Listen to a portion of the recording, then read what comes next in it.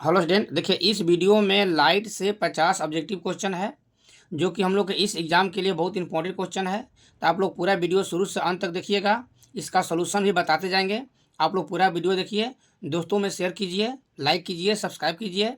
ठीक है, तो अब चलते हैं पहले क्वेश्चन पर। पहला क्वेश्चन ध्यान से देखिएगा, ये मेरा अपना हाथ से लिखा हुआ है, थोड़ा ये हैंड राइटिंग पर ध्यान दीजिएगा।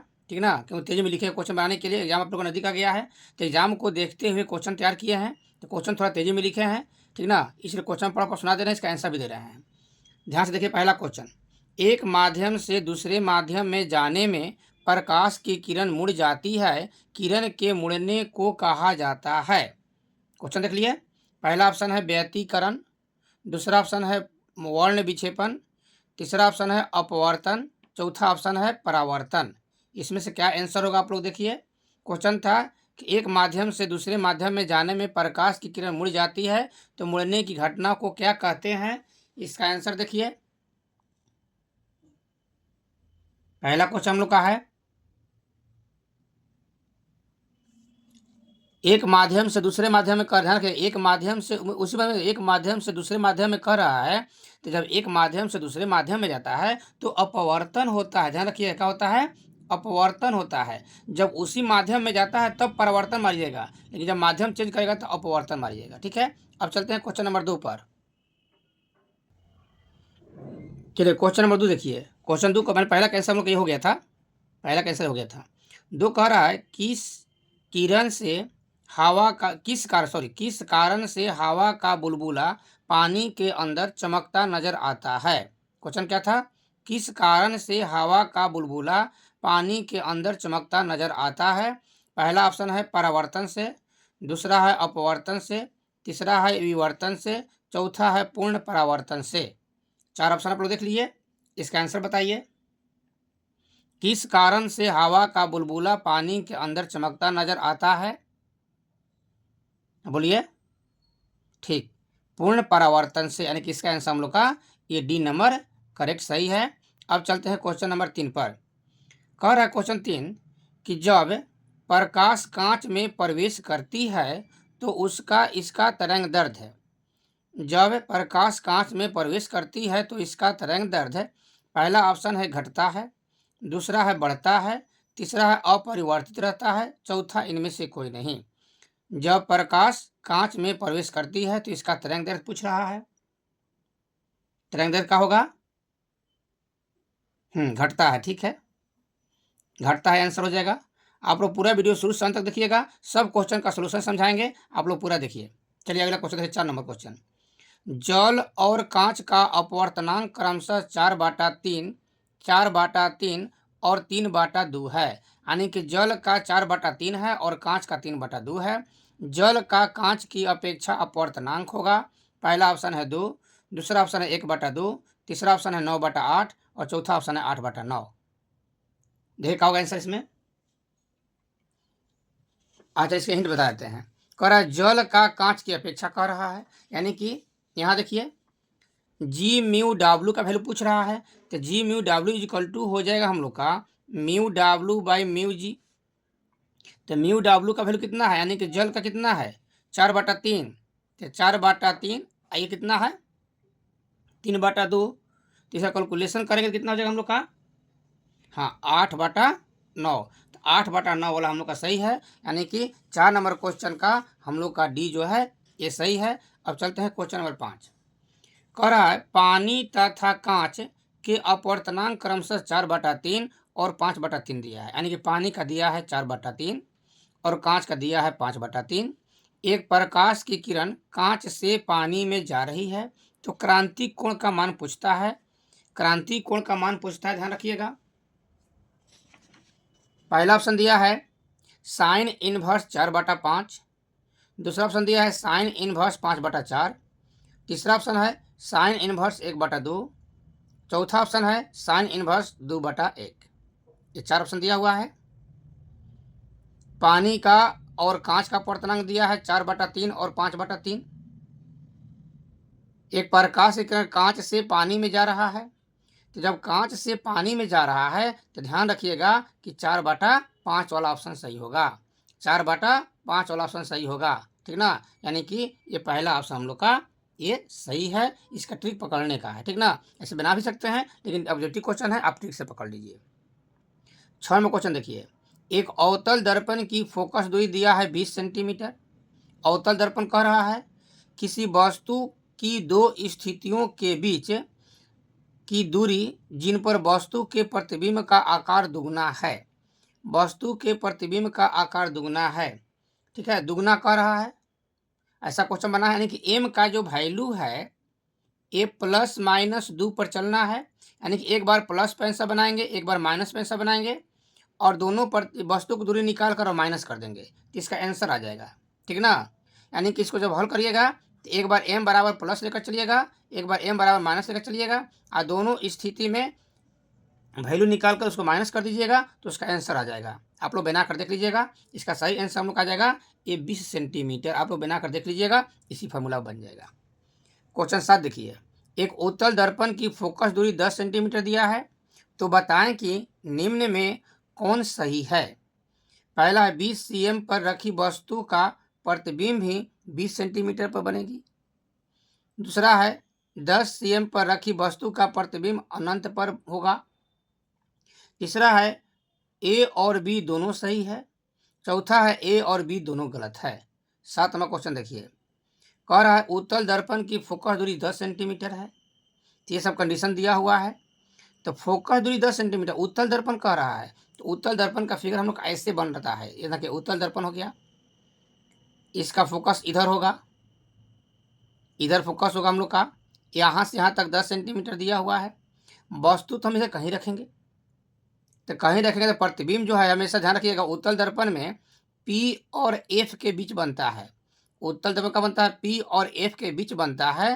तो 10 सेंटीमीटर जब था तो 10 सेंटीमीटर से कम ही ना बनेगा, ऐसा ऑप्शन दिया नहीं है, इसलिए इसमें हम लोग का डी नंबर आंसर सही हो जाएगा। क्वेश्चन बजा गया आप लोग का। और ये क्वेश्चन नंबर 8 का रहा ऑप्टिकल फाइबर। ऑप्टिकल फाइबर पहला ऑप्शन है एक ट्रांसमिशन लाइन है, दूसरा ऑप्शन है एक वेव गाइड है, तीसरा ऑप्शन है ए और बी दोनों, चौथा इनमें से कोई नहीं।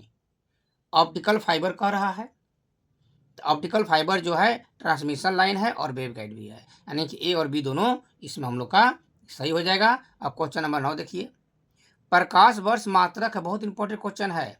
प्रकाश वर्ष मात्रक है, प्रकाश वर्ष किसका मात्रक है, दूरी का, समय का, ऊर्जा का और प्रकाश की तीव्रता का। देखिए बहुत लोग करते क्या इसमें है, प्रकाश वर्ष दे दिया ना तो वर्ष लोग समझता है समय, नहीं, प्रकाश वर्ष एक तरह की ये दूरी है, यानी कि ये दूरी का मात्रक है। पहला ऑप्शन हम लोग का सही हो जाएगा, ठीक है ना। अब चलते हैं क्वेश्चन नंबर 10 पर। क्वेश्चन नंबर 10 देखिएगा आप लोग, थोड़ा सा हम कैमरा आगे बढ़ा लेते हैं। क्वेश्चन 9 तक हम लोग हो गया था ना, क्वेश्चन 9 तक हम लोग का हो गया है। चलिए और थोड़ा बढ़ा लेते हैं, और थोड़ा बढ़ा लेते हैं, और थोड़ा सा जाओ, चलो ऑफसेट हो गया हम लोग का। हाँ चलिए, अब ये क्वेश्चन नंबर 10। क्वेश्चन 10 कह रहा है कि पानी में हवा का एक द्विउतल बुलबुला इस प्रकार व्यवहार करेगा जैसा एक, ऑप्शन पहला है संसृतकारी लेंस, अपसारी लेंस, कांच की समतल पट्टी, अवतल दर्पण। पानी में हवा का एक द्विउतल बुलबुला, तो पानी में हवा का जो बुलबुला है वो कैसे काम करेगा बताइए आप लोग। हाँ ठीक है, अपसारी लेंस जैसा।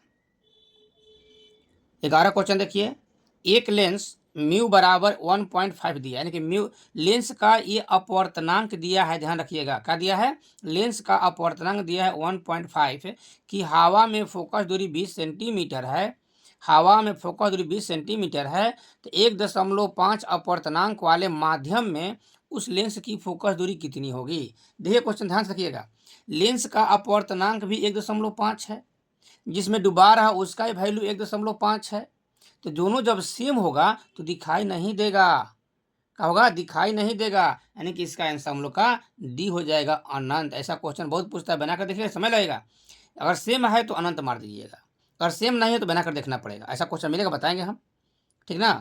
चलिए क्वेश्चन 12 देखिए, एक उभय उत्तल लेंस के पदार्थ का अपवर्तनांक 1.5 है, इसकी फोकस दूरी का मान क्या होगा यदि इसके प्रत्येक तल की वक्रता त्रिज्या 20 सेंटीमीटर है।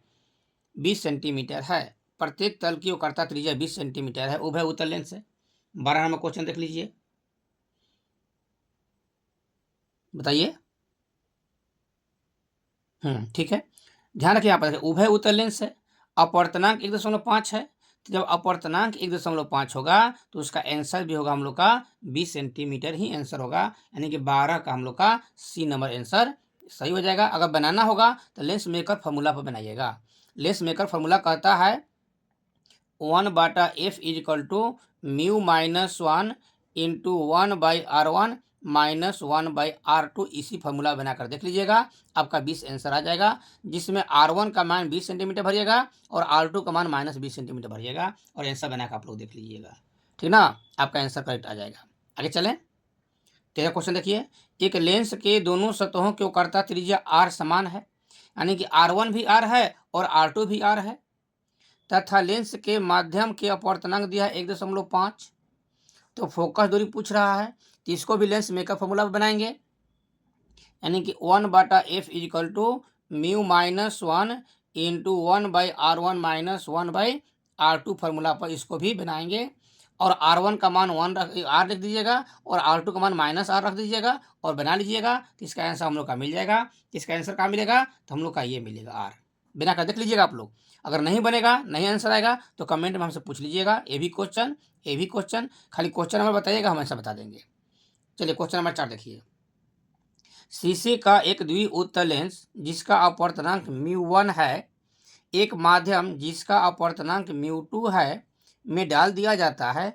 यदि प्रकाश की समांतर किरणें लेंस से अपसृत होकर निकले तो μ1 बड़ा है μ2 से, μ1 छोटा है μ2 से, μ1 μ2 बराबर है, μ1 इज इक्वल टू 1/μ2। ये ऑप्शन है 14 क्वेश्चन का। क्वेश्चन देखिए फिर से। शीशे का एक द्विउत्तल लेंस जिसका अपवर्तनांक μ1 है, एक माध्यम जिसका अपवर्तनांक μ2 है उसमें डाल दिया जाता है। यदि प्रकाश के समांतर किरणें लेंस पर अपसृत होती है, इसका मतलब कि μ1 जो है μ2 से छोटा है, यानी कि इसमें बी नंबर हम लोग का सही आंसर हो जाएगा, यानी कि 14 का बी हो जाएगा। अब चलिए क्वेश्चन नंबर 15। एक उत्तल लेंस ऐसे पदार्थ का बना है जिसका अपवर्तनांक 1.5 है। इस लेंस को यदि पानी यानी कि 1.33 में डाल दिया जाता है तो यह किसके समान व्यवहार करेगा। पहला अभिसारी लेंस, दूसरा है अपसारी लेंस, तीसरा है प्रिज्म और चौथा है अपसारी दर्पण। तो दर्पण तो नहीं होगा, होगा लेंस से हम लोग का, लेकिन कौन लेंस होगा देखिए आप। Question number 15। हाँ देखिए, इसका अपवर्तनांक कितना 1.5 और इससे ये कम है, तो जब वैल्यू कम होगा तो अभिसारी होगा, ध्यान रखिएगा। जब ये लेंस का अपवर्तनांक 1.5 है, आज इसमें डाल रहा है उसका अपवर्तनांक 1.33 है, तो लेंस का अपवर्तनांक से जब कम रहेगा तो अभिसारी मारिएगा, और जब बेसी होगा तो अपसारी मारिएगा, और जब समान होगा तो अनंत मार दीजिएगा। ध्यान रखिए, जब कम है तो अभिसारी, अगर ये अधिक होगा तो अपसारी, और दोनों समान होगा तो अनंत मार दीजिए। जैसे पहले क्वेश्चन मिला था हम लोग का। क्वेश्चन 16 देखिए। लेंस द्वारा कितने प्रतिबिंब बनेंगे यदि वस्तु को मुख्य अक्ष पर रखा जाए। ये फिगर बना हुआ है, इस फिगर में ऊपर में μ1 लिखा है, यहाँ पर μ3 लिखा है, यहाँ μ2 लिखा है और यहाँ पर μ4 लिखा है। बुझा गया फिगर, क्योंकि फिगर थोड़ा गिमिज था, साफ साफ कर दिया हम। अब इस बताइए कितना बनेगा हम लोग का 16 क्वेश्चन। हाँ देखिए, यहाँ पर जो वैल्यू रहेगा उतना ही बनेगा, यानी कि 3 बनेगा, ठीक ना। अब चलते हैं क्वेश्चन नंबर 17 पर। देखिए 17 क्वेश्चन कह रहा है कि एक उत्तल लेंस म्यू बराबर 1.5 को पानी म्यू बराबर 1.33 में डुबाया जाता है, तो इसकी क्षमता पूछ रहा है, ध्यान रखिएगा। क्या पूछ रहा है आपकी बार, क्षमता पूछ रहा है। पहला ऑप्शन है बढ़ जाता है, दूसरा है घट जाता है, तीसरा में कोई परिवर्तन नहीं होता है, चौथा में इनमें से कोई नहीं। 17 क्वेश्चन हम लोग का है।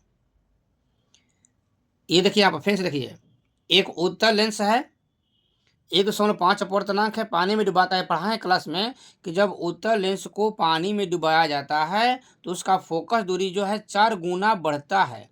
फोकस दूरी 4 गुना बढ़ता है। देखिए फोकस दूरी 4 गुना बढ़ता है, लेकिन क्षमता कह रहा है तो क्षमता घटेगा। फोकस दूरी बढ़ेगा और क्षमता घटेगा, यानी कि यहाँ अगर फोकस दूरी दिया रहता तो हम लोग ऑप्शन बढ़ते मारते बढ़ जाता है, लेकिन क्षमता दिया है तो घट जाता है, यानी कि बी नंबर आंसर हम लोग का ये करेक्ट सही है। अब चलिए क्वेश्चन नंबर 18 है। 18 कह रहा है कि कांच के उत्तल लेंस को जब पानी में डुबाया जाता है तब यह हो जाता है। पहला ऑप्शन कम अभिसारी, दूसरा अधिक अभिसारी, तीसरा है कम अपसारी, चौथा है अधिक अपसारी। कांच के उत्तल लेंस को जब पानी में डुबाया जाता है तब यह हो जाता है। 18 क्वेश्चन है। तो कांच के उत्तल लेंस को डुबाया जाता है तो क्या हो जाता है हम लोग का, ये हो जाता है कम अपसारी, यानी कि 18 का हम लोग का सी नंबर एक करेक्ट सही आंसर है। आप लोग याद कर लीजिएगा।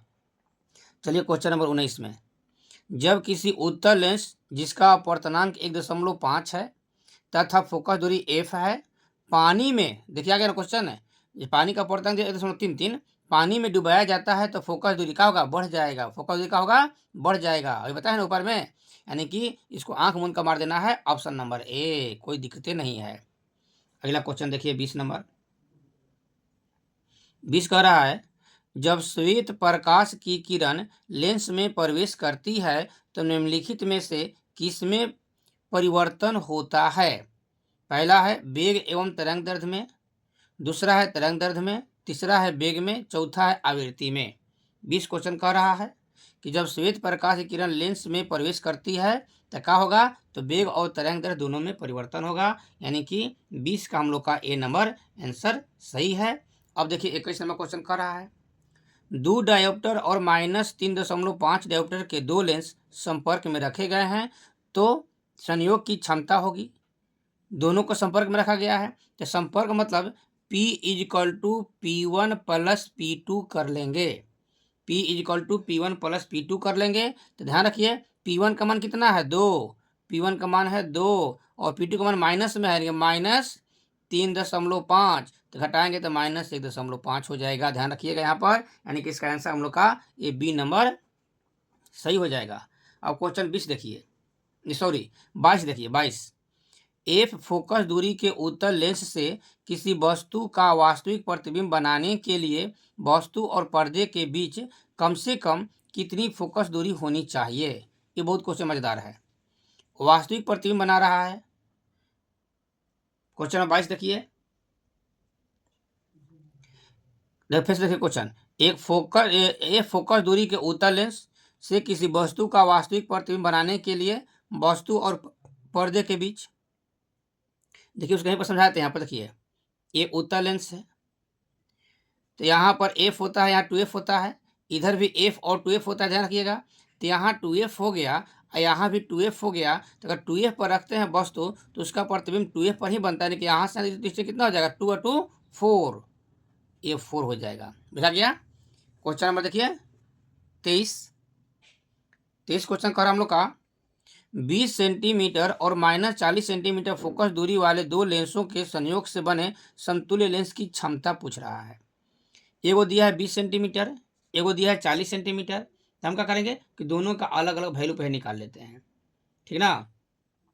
पहले यहाँ पर P1 निकाल लेते हैं, तब P1 = हो जाएगा 100/f1, यानी कि 20, ये कटा लेंगे अपना 5 हो जाएगा। इसको बना लेते हैं अपना P2 = कर लेंगे इसी तरह 100/-40, इसको भी कटा लेंगे और इसका दोनों का फिर कैलकुलेशन कर लेंगे तो हमारा आंसर आ जाएगा। देखिए इसका भी कैलकुलेशन कर लीजिएगा और इसका भी कैलकुलेशन कर लीजिएगा, और दोनों का क्षमता पूछ रहा है संयोग की, तो दोनों का आपस में जोड़ दीजिएगा, लेकिन यहाँ माइनस है तो जुटेगा नहीं, घटेगा, इसलिए इसका आंसर हम लोग का हो जाएगा 23 का बी नंबर। बना कर देख लीजिएगा, इसका भी निकाल लीजिएगा, इसका भी निकाल लीजिएगा, तो हम लोग का ये आंसर आ जाएगा।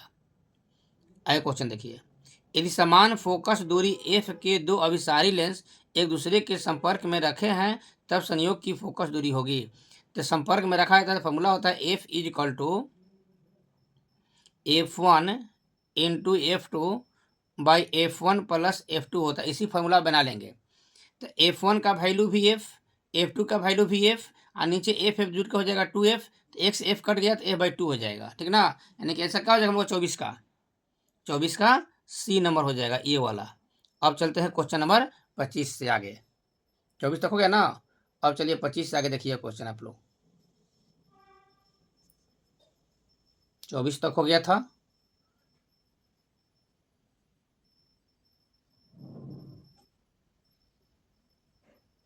क्वेश्चन 25 देखिए। दो उत्तल लेंस जो एक दूसरे के संपर्क में है का समतुल्य लेंस होता है उत्तल, अवतल, समतला उत्तल, बेलनाकार। दो उत्तल लेंस है जो एक दूसरे के संपर्क में रखा गया है। ऑप्शन है पहला उत्तल, अवतल, समतला उत्तल, बेलनाकार। 25 का आंसर देखिए। तो उत्तल है जब डूबेगा तो उत्तल लेंस न होगा, यानी कि पहला आंसर हम लोग करेक्ट है। 26 क्वेश्चन देखिए। दो लेंस जिनकी क्षमता -15D डायोप्टर है और +5 डायोप्टर है को समतुल्य संयुक्त करने पर संयोजन की फोकस दूरी होगी। पहला ऑप्शन है -20 सेंटीमीटर, दूसरा है -10 सेंटीमीटर, चौथा है +10 सेंटीमीटर, तीसरा चौथा इसमें कोई नहीं है। कर क्वेश्चन दो लेंस जिनकी क्षमता दिया इतना और इतना, तो हम क्या करेंगे, जब क्षमता दिया है तो इसका फोकस निकाल लेंगे। देखिए इसको बना देते हैं। P1 और P2 दिया है तो P निकाल लेते हैं। तो P = P1 + P2। तो P1 है -15, P2 है 5, तो हो जाएगा -10। अब निकालना है F, तो F = 100/-10 हो जाएगा, यानी कि -10 हो जाएगा सेंटीमीटर आंसर इसका। बुझा गया। यानी कि 26 का हम लोग का बी नंबर सही है। अब चलते हैं क्वेश्चन नंबर 27 पर। 3 लेंस जिनकी फोकस दूरी 15 सेंटीमीटर, -25 सेंटीमीटर और 45 सेंटीमीटर है, एक दूसरे से सटाकर रखे गए हैं, तो इस संयोग की फोकस दूरी होगी लगभग पूछ रहा है 40 सेंटीमीटर, 35 सेंटीमीटर, 20 सेंटीमीटर और 10 सेंटीमीटर। 3 लेंस है। देखिए फॉर्मूला इसका। 3 लेंस के लिए फॉर्मूला हो जाएगा हम लोग का, 3 लेंस का है ना, तो यहाँ पर लिखिएगा 1/f = 1/f1 + 1/f2 + 1/f3। f1 का मान 1/15 हो जाएगा और f2 का मान ± हो जाएगा 1/25 और इसका मान हो जाएगा 1/45। ऐसे कैलकुलेशन कर लीजिएगा तो आपका आंसर आ जाएगा क्वेश्चन नंबर 27 का। तो जब कैलकुलेशन करिएगा तो आपका आंसर आ जाएगा 20 सेंटीमीटर करके देख लीजिएगा, यानी कि C नंबर हम लोग का ये करेक्ट सही हो जाएगा। अगला क्वेश्चन है। एक सरल सूक्ष्मदर्शी से बना हुआ प्रतिबिंब होता है। सरल सूक्ष्मदर्शी कह रहा है, फिगर बताया है ना। तो सरल सूक्ष्मदर्शी में पहला ऑप्शन कह रहा है काल्पनिक और सीधा, दूसरा है काल्पनिक और उल्टा, तीसरा है वास्तविक और सीधा। ये 3 ऑप्शन दिए हुए हैं। सरल सूक्ष्मदर्शी कह रहा है, क्वेश्चन नंबर 28 है। तो सरल सूक्ष्मदर्शी में काल्पनिक और सीधा बनता है। ये हम लोग का ए नंबर क्वेश्चन हो जाएगा। 29 देखिए। समान संयोजन के लिए संयुक्त सूक्ष्मदर्शी की आवर्धन क्षमता होती है। ये आवर्धन क्षमता का फॉर्मूला पूछ दिया है संयुक्त सूक्ष्मदर्शी के, तो फॉर्मूला बताए हैं थ्योरी में। देखिएगा -VO/EO 1 + D/FE, ठीक ना। यानी कि इसका आंसर हम लोग का बी नंबर हो जाएगा 29 का। ये क्वेश्चन बताए हैं थ्योरी में। अब ये क्वेश्चन नंबर 30। किसी संयुक्त सूक्ष्मदर्शी की आवर्धन क्षमता नली की लंबाई, ऑप्शन पहला के समानुपाती होती है, दूसरा है के वर्ग के समानुपाती होती है, पर निर्भर नहीं करता है, बढ़ने पर सीधे रूप से बढ़ती है। सूक्ष्मदर्शी की लंबाई 30 क्वेश्चन। हाँ जैसे जैसे बढ़ाएंगे वैसे वैसे बढ़ेगा, ठीक ना, सही है। 31 है। जब माइक्रोस्कोप की नली की लंबाई बढ़ाई जाती है तब आवर्धन क्षमता, ऑप्शन पहला घटती है, दूसरा बढ़ती है, तीसरा शून्य हो जाती है, चौथा अपरिवर्तित रहती है। जब माइक्रोस्कोप की नली की लंबाई बढ़ाई जाती है तब आवर्धन क्षमता 31 क्वेश्चन है, ठीक है, बढ़ती है। बढ़ती देखिए। खगोलीय दूरबीन में अंतिम प्रतिबिंब होता है, बहुत बार क्वेश्चन पूछा ये। खगोलीय दूरबीन में अंतिम प्रतिबिंब होता है, क्वेश्चन बहुत बार पूछा है। पहला ऑप्शन है वास्तविक और सीधा, दूसरा है वास्तविक और उल्टा, तीसरा है काल्पनिक और उल्टा, चौथा है काल्पनिक और सीधा। खगोलीय दूरबीन कर रहा है, 32 क्वेश्चन है, इसमें होगा काल्पनिक और उल्टा। बुझा गया, 32 क्वेश्चन हो गया। अब चलते हैं क्वेश्चन नंबर 33 पर।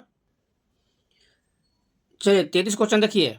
किसी खगोलीय दूरबीन में लेंसों की क्षमता 0.5 डायोप्टर एवं 20 डायोप्टर है। उसकी आवर्धन क्षमता होगी। पहला ऑप्शन है 50, दूसरा है 10, तीसरा है 100 और चौथा है 40। खगोलीय दूरबीन में लेंसों की क्षमता इतना और इतना दिया है, इसका आवर्धन क्षमता पूछ रहा है। क्वेश्चन नंबर 33 हम लोग का है। तो देखिए इसमें हम लोग का जब क्षमता दिया है तो पहले फोकस निकाल लेंगे। तो एगो एफ हो जाएगा, एगो एफ ही हो जाएगा। एम इज इक्वल टू होता है एफ ओ बाई एफ ही, उसी फार्मूला पर बना लीजिएगा। तो बता देते हैं। देखिए हम लोग का दिया है 33 नंबर क्वेश्चन में कि एक दिया है 0.5, तो एफ ओ निकाल लेते हैं। तो F O is equal to हो जाएगा 100 बाई 0.5, पॉइंट हटाएंगे तो और 0 बढ़ जाएगा। ये 5 से कैंसिल हो जाएगा, 200 हो जाएगा। अब निकालेंगे एफ ही, तो एफ ही हम लोग का हो जाएगा 100 बाई 20, 100 है, 100 बाई 20 हो जाएगा। तो ये हो जाएगा हम लोग का 5। ठीक है, अब निकालना है एम। तो एम इज इक्वल टू होता है एफ ओ बाई एफ ही, एफ ओ बाई एफ ही यानी कि 200 बाई 5, ये कैंसिल हो जाएगा 40 बार में। ठीक है, यानी कि 40 हो जाएगा हम लोग का, यानी कि 33 कैसे कौन हो जाएगा, देखिए आप लोग ये 40।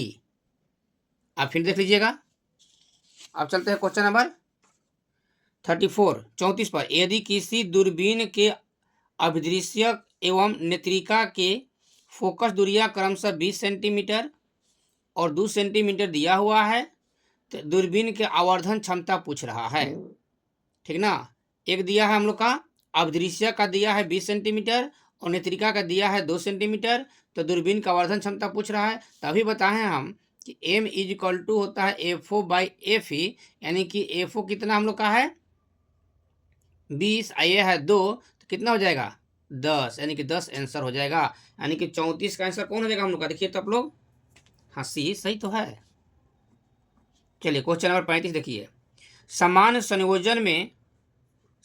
संयोजन में खगोलीय दूरबीन की लंबाई होगी। तो बताए हैं कि खगोलीय दूरबीन की लंबाई को एफ ओ प्लस एफ ही यानी कि फोफी कहते हैं। क्लास में बताए हैं कि समान संयोजन के लिए खगोलीय दूरबीन की लंबाई जब कहेगा तो आप लोग फोफी शब्द याद रखिएगा। फोफी, एफ ओ प्लस एफ ही यानी कि फोफी, यानी कि फोफी साहब हमारा क्लियर रहेंगे। आगे देखिए क्वेश्चन नंबर 36। किसी दूरबीन की आवर्धन क्षमता 20 है और उसके वस्तु लेंस मतलब कि अभिदृश्यक और नेत्र लेंस मतलब नेत्रिका के बीच की दूरी सामान्य दृष्टि के लिए 42 सेंटीमीटर है। वस्तु लेंस और नेत्र लेंस की फोकस दूरियां होगी। ये भी क्वेश्चन बताए हैं क्लास में। पहला ऑप्शन है 20 सेंटीमीटर और 2.1 सेंटीमीटर, दूसरा 40 सेंटीमीटर और 2 सेंटीमीटर, तीसरा 40 सेंटीमीटर और 20 सेंटीमीटर, चौथा है 2 सेंटीमीटर और 40 सेंटीमीटर। ये दिया है क्वेश्चन में, एम दिया है इतना, ठीक है, और वस्तु लेंस और नेत्र लेंस के बीच की दूरी दिया है इतना, मान एल दिया है। तो एफ ओ एफ ही पूछ रहा है, बता दे इसको। चलिए बता देते हैं। देखिए यहाँ पर देखिए एम इज इक्वल टू दिया है 20 और एल इज इक्वल टू दिया है 42। तो हम जानते हैं कि एम इज इक्वल टू होता है F O by F E, यानी कि 20 इज इक्वल टू हो जाएगा F O by F E, यानी कि F O is equal to हो जाएगा 20 एफ ई। ठीक है, अब यहाँ देखिएगा एल इज इक्वल टू होता है हम लोग का F O plus F E. L का मान दिया है 42 is equal to F O कितना आ गया 20 F E plus F E, यानी कि 42 इज इक्वल टू हो जाएगा 21 एफ ई। तो F E is equal to हो जाएगा 42 बाई 21, एक कैंसिल हो जाएगा 2 बार में, यानी कि एफ ई हो जाएगा 2।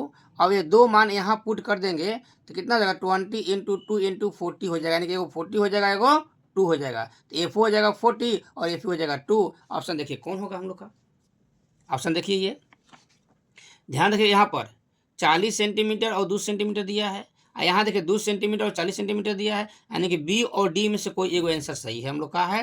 तो क्वेश्चन कह रहा है कि वस्तु लेंस और नेत्र लेंस की दूरी पूछ रहा है। तो पहले वस्तु देखना है, तो वस्तु मतलब एफ ओ कितना है 40 और एफ कितना है 20, यानी कि 40 और 20 यानी बी नंबर हम लोग का सही हो जाएगा। 36 का बी हो जाएगा हम लोग का सही। हाँ करेक्ट है।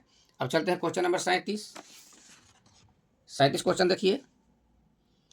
एक दूरबीन के अभिदृश्य की फोकस दूरी दिया है 60 सेंटीमीटर और 20 गुना आवर्धन प्राप्त करने के लिए फोकस दूरी होगा। हम जानते हैं कि m is equal to FO by FE होता है। तो एक वैल्यू दिया हम लोग कितना 40 दिया है, ये 60 दिया है, ये 20 दिया है, यानी कि हो जाएगा हम लोग का 60/20 हो जाएगा, यानी कि 3 हो जाएगा। देखिएगा ध्यान से, यानी कि इसमें हम लोग का बी नंबर सही हो जाएगा, 37 का बी सही हो जाएगा। अब चलते हैं क्वेश्चन नंबर 38।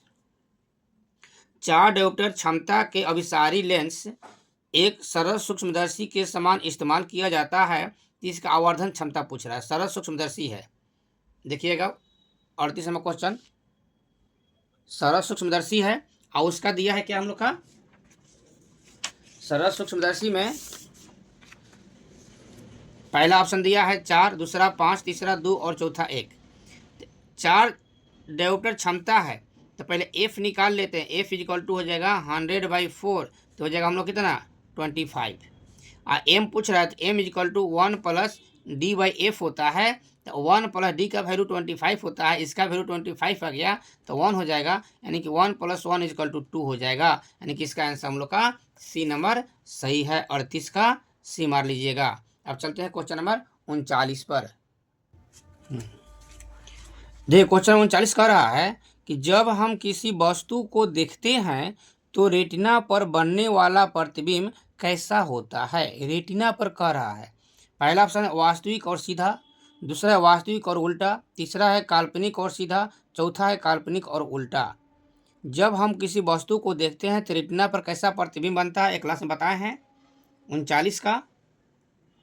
वास्तविक और उल्टा बनता है, ध्यान रखिएगा, वास्तविक और उल्टा बनता है, लेकिन रेटिना में रड और कोन होता है, छड़ और शंकु होता है, जो उल्टे प्रतिबिंब को सीधा बना देता है, तब हमारा मस्तिष्क उसको देखता है, यानी आंख देखता है। ठीक ना, आगे चले क्वेश्चन नंबर 40।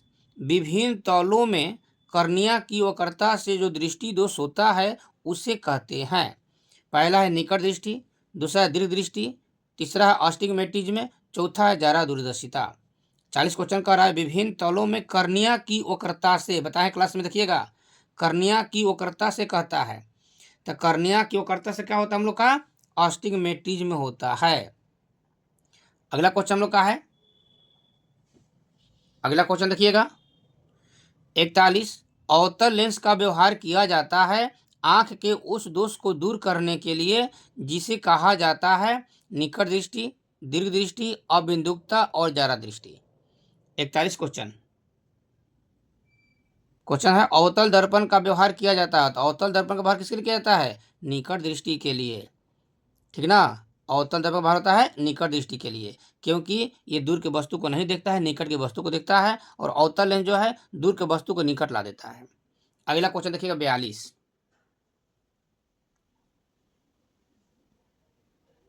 क्वेश्चन देखिए, निकट दृष्टि दोष वाली आंख साफ साफ देख सकती है, निकट दृष्टि दोष वाली आंख साफ साफ देख सकती है। पहला निकट दृष्टि, निकट की वस्तुओं को, दूर स्थित वस्तुओं को कोई नहीं। 42 क्वेश्चन, निकट दृष्टि दोष वाली आंखें साफ साफ देख सकती है निकट की वस्तुओं को, निकट की वस्तुओं को, निकट की वस्तुओं को।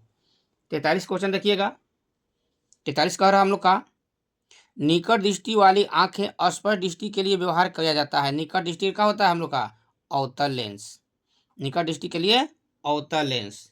अब देखिए 44 क्वेश्चन, एक व्यक्ति 1 मीटर से कम दूरी पर स्थित वस्तुओं को साफ साफ नहीं देख सकता है। 25 सेंटीमीटर तक की वस्तुओं को साफ साफ देखने के लिए उसे कैसा लेंस लगाना चाहिए जिसकी क्षमता हो। पहला है 3 डायोप्टर, दूसरा है 1.5, तीसरा है -3 और चौथा है -1.5। एक क्लास में बताए हैं, देखिएगा ध्यान से। 1 मीटर है और 25 सेंटीमीटर है, यानी कि हमारा क्वेश्चन जो होगा ये प्लस में आंसर आएगा, और आंसर कौन आएगा, तो हम लोग का ये पहला आंसर आएगा। बनाए हैं क्लास में, आप लोग देख लीजिएगा। इस आंसर क्या रखिएगा, आंसर चेंज नहीं करता, सेम क्वेश्चन पूछता है। 1 मीटर कहता है, 25 सेंटीमीटर ही करता है, ये क्वेश्चन सेम पूछता है, इसका आंसर रखिएगा आप लोग। अगला क्वेश्चन है, निकट दृष्टि दोष से युक्त एक मनुष्य एक ऐसे लेंस का व्यवहार करता है जिसकी क्षमता -2 डायोप्टर है, तब मनुष्य के लिए दूर बिंदु की दूरी होगी डी दिया है, एफ निकाल लेना है।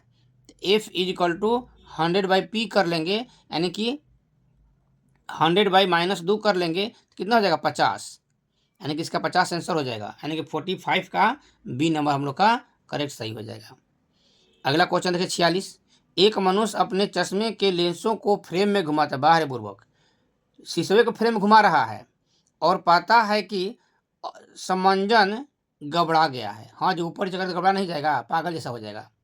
इससे पता चलता है कि जिस प्रकार की दृष्टि दोष है वह है निकट दृष्टि, अस्टिग्मेटिज्म, जरा दूरदर्शिता और दीर्घ दृष्टि।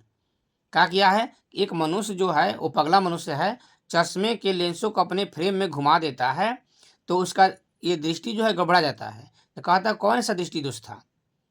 46 क्वेश्चन अस्टिग्मेटिज्म होगा, पढ़ाई नहीं क्लास में, अस्टिग्मेटिज्म होगा। अब चलिए 47 क्वेश्चन। एक दीर्घ दृष्टि वाले मनुष्य की को आवश्यकता होगी, दीर्घ दृष्टि कह रहा है, तो दीर्घ दृष्टि के लिए क्या चाहिए हमको, तो उत्तल लेंस चाहिए। तो बहुत बार बताए हैं उत्तल लेंस चाहिए, बाकी देखना ही नहीं है। समान आंख के लिए स्पर्श दृष्टि की न्यूनतम दूरी बताइए आप लोग, बहुत हल्का क्वेश्चन है। पहला ऑप्शन है 100 सेंटीमीटर, 50 सेंटीमीटर, 250 सेंटीमीटर और 25 सेंटीमीटर। समान आंख के लिए स्पर्श दृष्टि की न्यूनतम दूरी जल्दी बताइए। हाँ, 25 सेंटीमीटर, बहुत सही।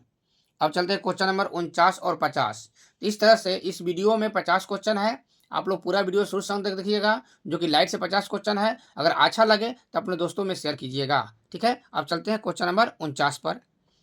जब नेत्र लेंस की क्षमता बढ़ जाती है, जिससे दूरस्थ वस्तु से आने वाली किरणें रेटिना से पहले फोकस हो जाती है, तब उस व्यक्ति को किस प्रकार का नेत्र दोष होता है। रेटिना से पहले कह रहा है, रेटिना से पहले कट जा रहा है, रेटिना से पहले कह रहा है, देखिएगा ध्यान से।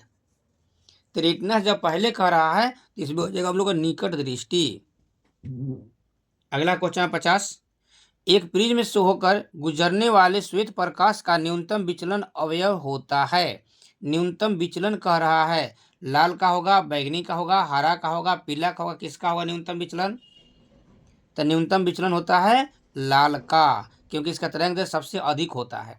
तो इसका तरंगदैर्घ्य सबसे अधिक होगा, उसका न्यूनतम विचलन होगा। अधिकतम विचलन किसका होगा, तो बैंगनी का। अगर अधिकतम कहता तो बैंगनी मार देते, ठीक ना। इस तरह से इस वीडियो में 50 क्वेश्चन डाले, 50 क्वेश्चन का सोल्यूशन बता दिए। आप लोग को जिस क्वेश्चन पर डाउट होगा फिर दोबारा कमेंट में पूछ सकते हैं, उसको बता देंगे।